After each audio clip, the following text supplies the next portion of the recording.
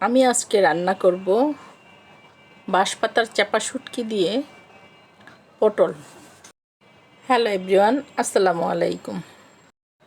আমি প্রায় 3 দিন অসুস্থ থাকার পরে আজকে আলহামদুলিল্লাহ অনেকটা সুস্থ। আর সুস্থতা যে কত বড় নিয়ামত অসুস্থ হলে বোঝা যায়। আমি যখন হসপিটালে অসুস্থ ছিলাম তখন আমার হাজব্যান্ড রাতে আমার জন্য হোটেল থেকে এই পটল দিয়ে শুটকি ভুনা আর ঢেঁড়স ভাজি কিনে নিয়ে আসছিল। আমি সেটা দিয়ে ভালো মতো খুব মজা করে কয়টা ভাত খেয়েছিলাম। পটল দিয়ে যে শুটকি ভুনাটা করেছে সেটা আমার কাছে এত মজার লাগছে, তাই আমি এখন বাসায় ওইভাবে রান্না করার ট্রাই করতেছি, দেখি হয় কি না, আমার কাছে ওরকম মজা লাগে কি না। তাই আমার কাছে ছিল ঘরে বাঁশপাতা চেপা শুটকি। আমি এটা দিয়েই পটলটাকে ভুনা করব। তাই এখানে পেঁয়াজটা তেলে ভেজে সব মশলা একসাথে দিয়ে কষিয়ে নিলাম।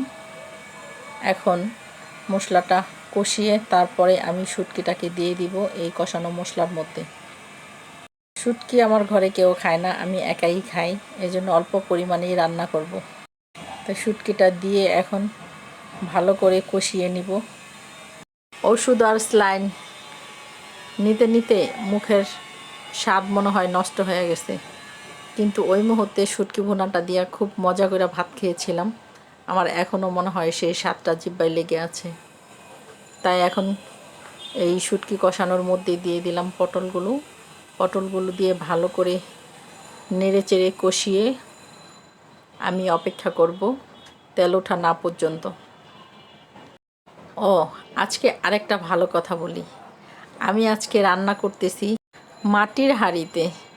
আমি ওই দিন আসার সময় আমি মাটির হাঁড়ি কিনে নিয়ে আসছিলাম। আমার কাছে খুব ভালো লাগে মাটির হাঁড়ির রান্না। আর মাটির হাঁড়ি ইদানিং কেন যেন এত একটা শখ জাগছে। আমি অনেক জায়গায় খুঁজেছি, পাইনি, তারপরে এক জায়গার ঠিকানা পেলাম, ওইখান থেকে নিয়ে আসলাম। মাটির হাঁড়ি আমি যেভাবে প্রসেসিং করে সেভাবে করেই এখন সেই মাটির হাঁড়ি দিয়েই রান্না করতেছি।